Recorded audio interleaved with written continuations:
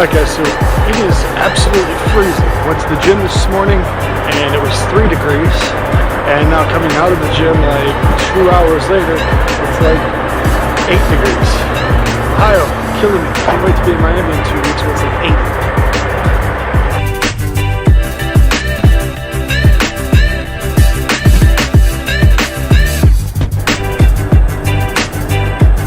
8. So I want to introduce something new to the channel, and it's going to be a playlist along with just a category that we're going to call Let's Talk. And it's simply let's talk and then whatever we're going to talk about. So the next 3 days we have 3 pieces of content that are going to be titled Let's Talk. And if you live in the car world, you should already know 2 of them: the 2020 Ford Mustang GT500 and the 2020 Toyota Supra. The third one will be a custom 2018 Ford GT by Rapid Customs. So that's what you can expect the next 3 videos on the channel.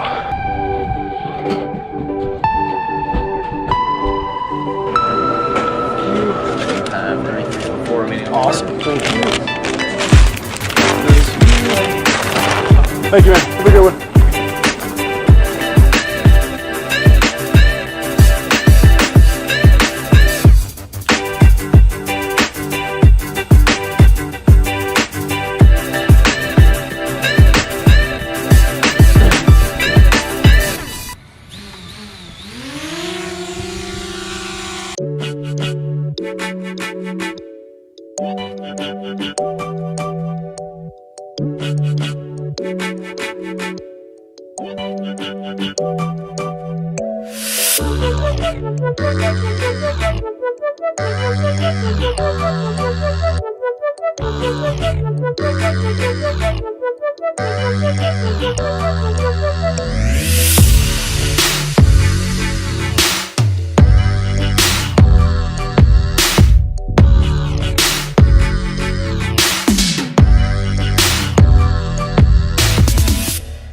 Alright guys, without further ado, let's jump right into what we're here for, and that is to talk about the 2020 Toyota Supra. So, unless you guys have been living under a rock for the past week, all the hype in the car world has been about the new Supra, what it would look like, what it's going to sound like, how much is it going to cost, and it officially is here. Now, it actually got revealed early by a Twitter account in Mexico. I think it was Toyota Mexico, and everybody lost their minds on it. And then it finally got revealed the following day, and everybody lost their minds again.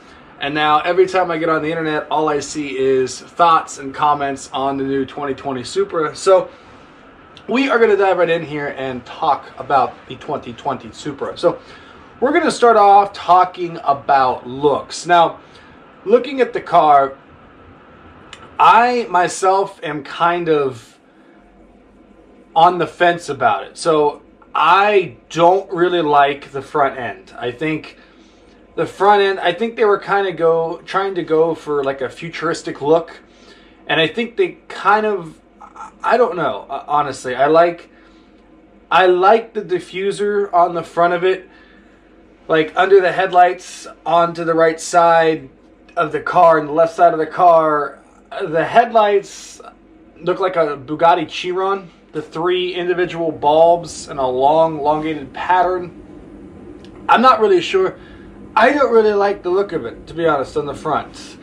We'll talk more about that after. When you go to the back, however, I think that is where the back shines. And I think most people would agree that the back of the Supra looks incredible. You have that little duckbill spoiler, which honestly I think looks really good. You have the Supra in the good old-fashioned Supra lighting right there in script format for you. And then overall, I like the look of it. I like the diffuser. I like the rear bumper. I think it has a lot of potential in the rear bumper, or in the rear of the car, I guess you say. The sides, I think, look very good. It looks Japanese. It looks like a new Supra. Like, if I had an idea for what a new Supra would look like, I feel like that would be it. The only thing that's throwing me off really is the front of the car. I just don't know how I feel on it yet. It hasn't grown on me, but of course I haven't seen one in person yet, so I'm sure when I see one in person that might change my mind. But yeah, let me know down in the comments what your thoughts are on the look of the car, on the exterior at least, because I'm on the fence about it. I really am. Interior wise, I really like everything other than one thing. So I think the interior overall looks really good. I like the seats. I like the bolstering on the seats. I like the way the car looks overall. It looks a lot like a BMW, but we'll get into that, you know. I do like it, though. It looks good. It doesn't really look anything like the old Supra, but not that I expect it to. I mean, that was a car from the 90s. So I like it. I do. I do believe there could be a little bit more done to make it stand out, but overall, I still think it looks good. The biggest thing that I don't like, and I think just because it's just, and there's nothing wrong with it because I love Toyota, but it's just a Toyota steering wheel. Now, I know that the car is a Toyota Supra, although it's built by BMW, but I thought they could have done a little bit more with the steering wheel to make it look more unique. Maybe even put that Supra script across the wheel instead of the Toyota badging. Those are just my thoughts on that, but overall, it still looks pretty good, I'd say. So, as I was saying, the car is technically a BMW. It was built by BMW. It's essentially a BMW Z4. In fact, it has the exact same motor as the BMW Z4, a B58. So it's going to be an inline-six turbocharged engine with 335 horsepower and 332 pounds of torque. And that is coupled to an 8-speed automatic transmission. So overall, it could be a BMW Supra, but no one would ever call it that. It's essentially a BMW Z4 in a Toyota Supra skin. So take with it as you wish. I will say that the B58 is a very good motor. It can handle power. The only issues with the B58 known are electrical, and I think by now that they have sort of refined those. So I feel like you're going to be pretty good sitting there with that B58 motor. It's kind of like the new age of the 2JZ motor. So yeah. Moving on, we just said it's an automatic transmission. Now, take with it as you will. I am not an automatic fan. I hate automatic cars. The fact that this is automatic and only going to be offered in automatic is quite disappointing. So I will say that the 8-speed automatic tranny offered in this BMW package is a very good transmission, and it can hold power. So because of that, we'll be able to do some good builds with it and not have to worry about the tranny going out. However, it's still an automatic. Now, everybody knows that automatic transmissions are much faster than a manual. Anywhere you go, an automatic is going to outrun a manual, and it's going to perform better than a manual. The only thing better when it comes to a manual transmission is the pure enjoyability of the car.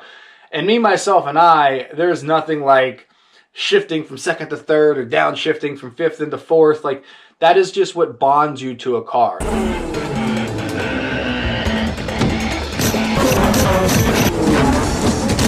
So I'm very disappointed that it's not an automatic, but at the end of the day, it is what it is. There's nothing we can do about it, and automatics perform better, so.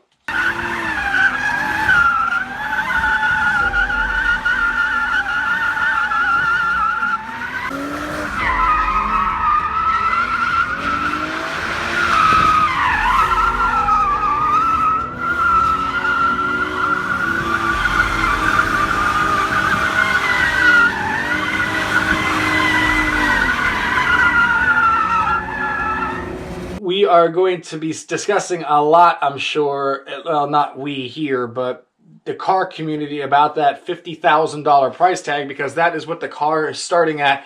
Overall, I don't think it's a bad price. I really don't. In fact, I was honestly kind of shocked when I heard it was $50,000. The reason being is when the original Supra, the twin turbo Supra, came out, it was in the low 40s. And you're talking back in the 90s that a car was in the low 40s. And now you're talking 20 some years later that this brand new Supra is only going to be in the 50s. That's quite remarkable. Now, yeah, you can get plenty of other cars out there for a $50,000 price tag that are going to be way more powered and just overall a faster, quicker car than the Supra. But we're talking here a Toyota Supra. This is a legendary JDM car.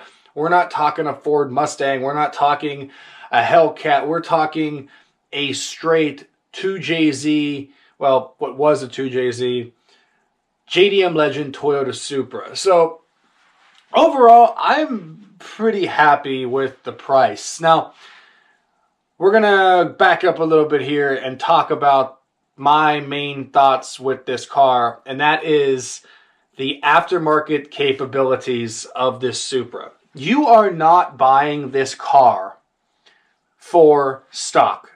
No one is going to be buying this car. Okay, that's a lie because I'm sure a lot of people are. But most people are not going to be buying this car and keeping it completely stock and running with the 335 horsepower and 332 pounds of torque. You are buying this car from an aftermarket perspective. The body kits on this car are going to be absolutely insane. The power that can be produced by this B58 motor is going to be insane. The tranny, it can hold it. It's going to be, there are going to be some incredible builds on this Supra.